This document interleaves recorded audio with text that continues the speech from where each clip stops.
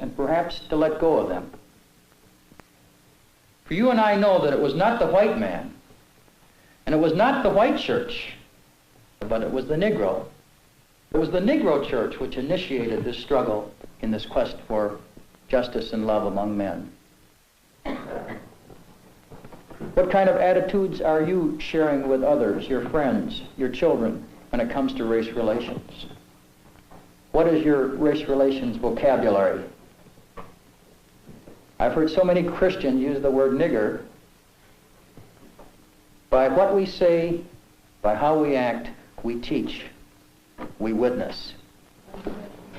Well, thank you, Pastor Youngo. I know we have heard and seen a lot today, and we Christians need to be up and doing. I know that.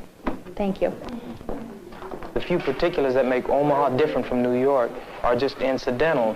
The problem exists because white people think they're better than black people, and they want to oppress us, and they want us to allow ourselves to be oppressed. This is the I agree with you perfectly. This is the basic problem. Then what do you that want to white talk to me people about? think they're better What's than that I can others. do? I can't solve the problem.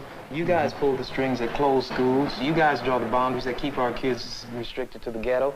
You guys write up the restrictive covenants that keep us out of houses. So it's up to you to talk to your brothers and your sisters and persuade them that they have a responsibility. We've assumed ours for over 400 years, and we're tired of this kind of stuff now. We're not going to suffer patiently anymore. No more turning the other cheek, no more blessing our enemies, no more praying for those who despitefully use us.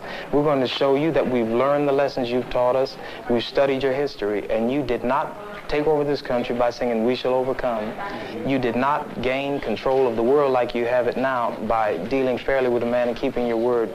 You're treaty breakers, you're liars, you're thieves, you rape entire continents and races of people. Then you wonder why these very people don't have any confidence or trust in you. Your religion means nothing. Your law is a farce, and we see it every day. You demonstrated it in Alabama.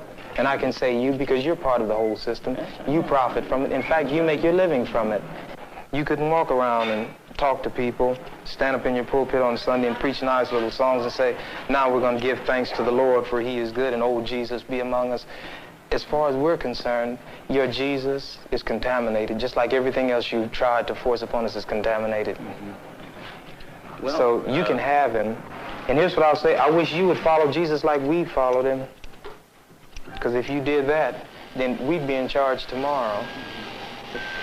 I think the problem is so bad that we can have no understanding at all.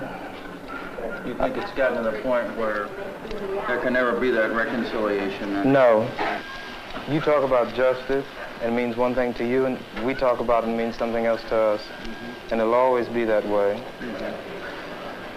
And I'd like you to know I have a terrible feeling against preachers because I think you guys are the ones who are largely responsible for the problem in the first place. And you can accept it or not any way you choose. And for you, this may be an excursion, you know, across the line. What about the person that wants to listen? I genuinely feel that I want to listen. Well, if you listen and try to do something, you get kicked out of your church. See, that's the way your people are. Well, we do make changes, right? So the changes that have come have been drastic. God bless you, little brother. Come back and see us again sometime. And don't look back in anger.